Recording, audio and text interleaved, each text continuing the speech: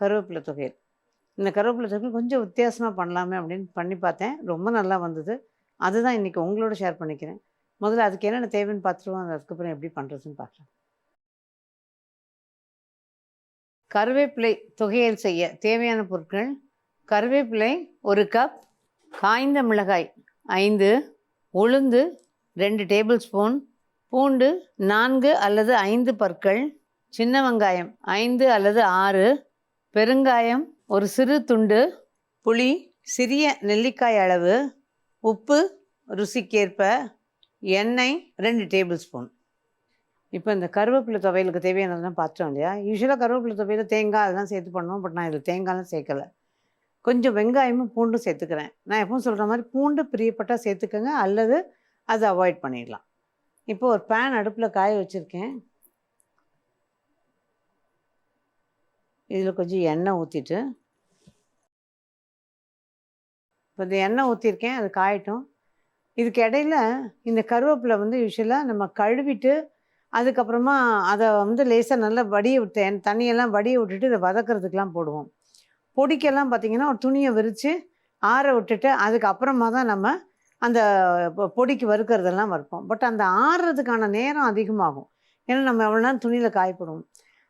இதில் வந்து எங்கள் அப்பாவோட அக்கா அவங்க பண்ணுற ஒரு ட்ரிக்கு என்னென்னா, கருவேப்பிலை அப்போல்லாம் வந்து எல்லா வீடுகள்லேயும் செடிகள் இருக்குது, அதிலே இதே மாதிரி கருவேப்பிலை செடிலாம். ஸோ அவங்க கருவேப்பிலையை வாங்கிட்டு வரும்போதோ இல்லை பறிச்சிட்டு வரும்போதோ அதை கொத்தோடு என்ன பண்ணுவாங்க, ஒரு நூலை போட்டு கட்டிட்டு நல்லா அலசிடுவாங்க. அலசிட்டு ஏதாவது ஒரு கதவில் ஒன்று நூலை கட்டி தொங்க விடுவாங்க, இல்லைன்னா அப்படியே மாட்டி விட்டுருவாங்க. அது நைட் ஃபுல்லாக அந்த தண்ணி ஃபுல்லாக வடிஞ்சிட்டு சுத்தமாக உலர்ந்து காலையில் எடுக்கிற போது நல்லா நீட்டாக தண்ணியே இல்லாமல் ஜம்முன்னு இருக்கும். அது ரொம்ப சௌகரியமாக இருக்கும் நமக்கு வந்து சமயங்களில் அது பண்ணுறதுக்கு.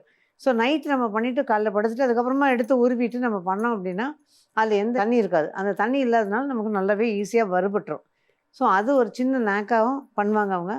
அது இன்றைக்கி சொன்னேன். அதுதான் அதே மாதிரி நம்ம வந்து உருவி ஆற போடுறதும் நைட்டு ஆற போட்டு கூட காலையில் எடுத்துக்கலாம். பட் இது ஒரு ஈஸி மெத்தடாக இருக்கவங்க தான் இன்றைக்கி ஷேர் பண்ணிக்கிட்டேன். இப்போ இந்த எண்ணெய் காஞ்சதும் இதில் உளுந்து, அதோட காஞ்ச மிளகாய் இது சேர்த்துட்டு, உளுந்து இதுக்கு வந்து கொஞ்சம் நல்லா செவக்கணும், கருகக்கூடாது, ஆனால் செவக்கணும். இது ஒரு அரைவாசி செவந்து வரும்பொழுது நம்ம பெருங்காயத்தை போடுவோம். முன்னாடி போட வேண்டாம். இன்றைக்கி நான் கட்டி பெருங்காயம், அந்த கட்டி பெருங்காயம் இது கொஞ்சம் விலக்கி விட்டுட்டு அந்த எண்ணெயில் சேர்ப்பேன். அதுவே நீங்கள் தூள் பெருங்காயம் சேர்க்குறதா இருந்தாலும் அந்த அரைவாசி வறுபட்டதுக்கு அப்புறமா அதை சேருங்க, நல்லாயிருக்கும். முதலையே சேர்த்துட வேண்டாம்.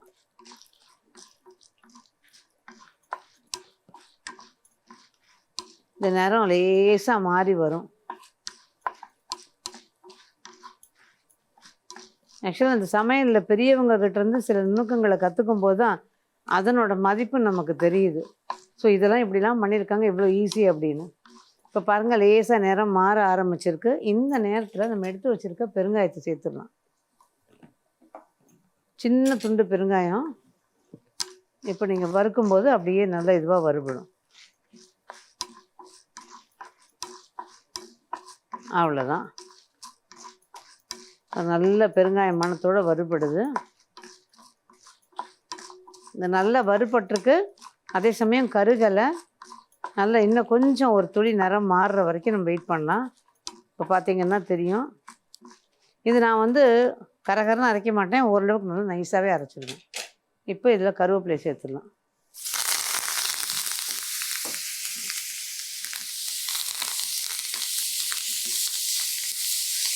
இப்போ இதை கொஞ்சம் தீயை குறைச்சிட்டு நல்லா வதக்கிடுங்க. இந்த வதங்கும்போது உப்பு, அதுக்கு தகுந்த உப்பை போட்டுடலாம். அதே மாதிரி வெங்காயத்தை போட்டுடலாம்.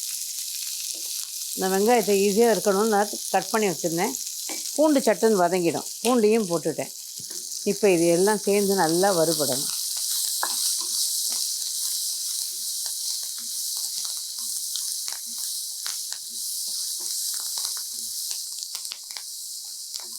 இந்த தொகையில் வந்து பூண்டும் வெங்காயமும் ரொம்ப வதங்கி நிறம் மாதிரி அப்படிலாம் இருக்காது. இந்த கருவேப்பிலை வதங்குற நேரம் தான் இந்த பூண்டு வெங்காயமும் வதங்கும்.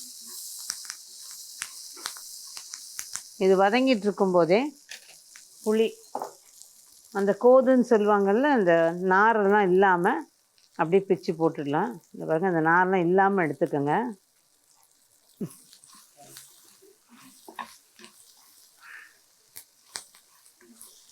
இந்த கருவேப்பிலை தொகையிலுக்கு நிறைய பேர் கேட்பீங்க, இந்த நிறம் மாறாமல் இருக்கிறதுக்கு நம்ம கொஞ்சம் பச்சை மிளகா சேர்க்கலாமே. பச்சை மிளகா நல்லா இருக்குங்க, இதோட சேர்த்துக்கலாம். வதக்கும் போது உளுந்து வதங்கினதுக்கப்புறம் பச்சை மிளகாயை போட்டுக்கலாம். ஆனால் கொத்தமல்லிக்கு பச்சை மிளகாயும் கருவேப்பிலைக்கு காஞ்ச மிளகாயும் நல்ல ஒரு காம்பினேஷனாக இருக்குது. அது ஓரளவு ட்ரை பண்ணி பார்த்தவங்களுக்கு தெரியும். எப்போவுமே என்னோடய கருவேப்பிலை துவையல் இதெல்லாம் பார்த்திங்கன்னா நான் வந்து காஞ்ச மிளகா தான் போடுவேன். அதுவே வந்து கொத்தமல்லி துவையலுக்கு வந்து பச்சை மிளகா சேர்த்துக்குவேன். கூட வேணும்னா 1-2 காஞ்ச மிளகா சேர்த்துக்குவோம்.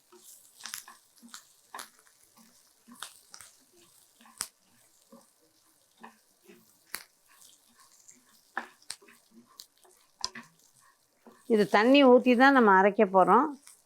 சரி அப்படின்னா எவ்வளவு நாள் வச்சுக்கலான்னு கேட்டிங்கன்னா, ஃப்ரிட்ஜில் வச்சிங்கன்னா ஒரு 7-8 நாள் வச்சுக்கலாம். ஒரு வாரம்னு வச்சுக்கோங்களேன். ஒரு வாரம் வைக்கிறது இந்த 7 நாளுங்கிறது ஒரு வாரம் தான். அந்த ஒரு வார கணக்குக்கு வரைக்கும் நீங்கள் வச்சுக்கலாம்.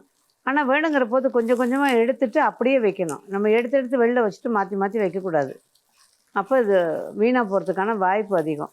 இதில் புளி சேர்த்துட்டு தேங்காய் சேர்க்காததுனால இது நாள்பட வரும். உங்களுக்கு ஒரு வாரம் வரைக்கும் கட்டாயம் நல்லாயிருக்கும்.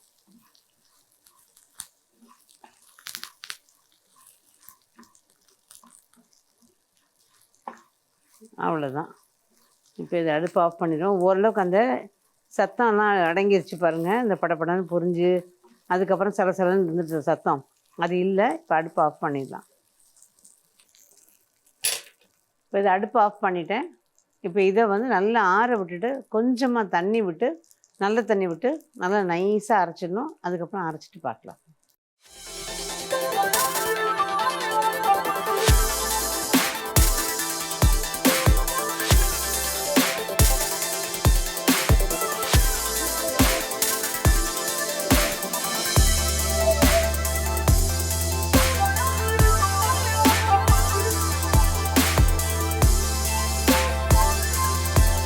கருவேப்பிலை துவையலுக்கு ஒரு சின்ன ரீகேப். ஒரு பேன் அடுப்பில் காய வச்சு எண்ணெயை ஊற்றி எண்ணெய் காஞ்சதும் காஞ்ச மிளகாயும் உளுந்தையும் சேர்த்து கொஞ்சம் நல்லா வறுத்துட்டு ஒரு அரைவாசி வறுபடும்போது பெருங்காயத்தையும் போட்டுடணும். அதுவும் கொஞ்சம் வறுபட்டதுக்கப்புறம் உளுந்து நிறம் மாறினதுக்கப்புறமா அதில் கருவேப்பிலை அதோட கூட கொஞ்சம் உப்பு அதோடைய சின்ன வெங்காயமும் பூண்டும் எல்லாத்தையும் போட்டு நல்லா வதக்கிட்டு கொஞ்சோண்டு லாஸ்ட்டில் புளியும் பிச்சு போட்டு ஒரு வதக்கி எடுத்து வச்சுட்டு நல்லா ஆற வச்சு கொஞ்சமாக தண்ணி விட்டு கெட்டியாக அரைச்சோம் அப்படின்னா கருவேப்பிலை துவையல் தயார். ஸோ இப்போ இந்த கருவேப்பிலை துவையலை அரைச்சி எடுத்து வச்சாச்சு. இது வந்து கொஞ்சம் கெட்டியாக கொஞ்சமாக தண்ணி விட்டு கெட்டியாக அரைச்சிக்கோங்க, நல்லாயிருக்கும். இதுக்கப்புறம் நீங்கள் தாளித்து வதக்கி அந்த மாதிரி எந்த வேலையும் கிடையாது இதில். அப்படியே நல்லாயிருக்கும். இப்போ நம்ம பார்த்த இட்லிக்கும் இந்த சட்னிக்கும் நல்லாயிருக்கும். அல்லது நீங்கள் வேறு எதோடய சாப்பிட்டிங்கனாலும் ரொம்ப நல்லாயிருக்கும். சாதத்தில் கலந்து சாப்பிட்டாலும் சூப்பராக இருக்கும். சாதத்தில் கலந்து சாப்பிட்டு கொஞ்சம் நல்லெண்ணெய்யோ அல்லது சுட வச்சு ஊற்றிக்கணும் நல்லெண்ணெயை அல்லது நெய். இது எதாவது ஊற்றி அதோட கலந்து சாப்பிட்டிங்கன்னா ரொம்ப நல்லாயிருக்கும். ஸோ ட்ரை பண்ணி பாருங்கள். நானே செஞ்சுட்டு நல்லாயிருக்கும்னு சொல்கிறத விட நீங்கள் செஞ்சு பார்த்துட்டு அது எப்படி இருந்துன்னு சொன்னீங்கன்னா இன்னும் சந்தோஷமாக இருக்கும். ட்ரை பண்ணி பார்த்துட்டு உங்களோட வேல்யூபிள் கமெண்ட்ஸை கொடுங்க. மீண்டும் இதே மாதிரி இன்னும் ஒரு பதிவில் உங்களை சந்திக்கும் வரை நன்றி, வணக்கம்.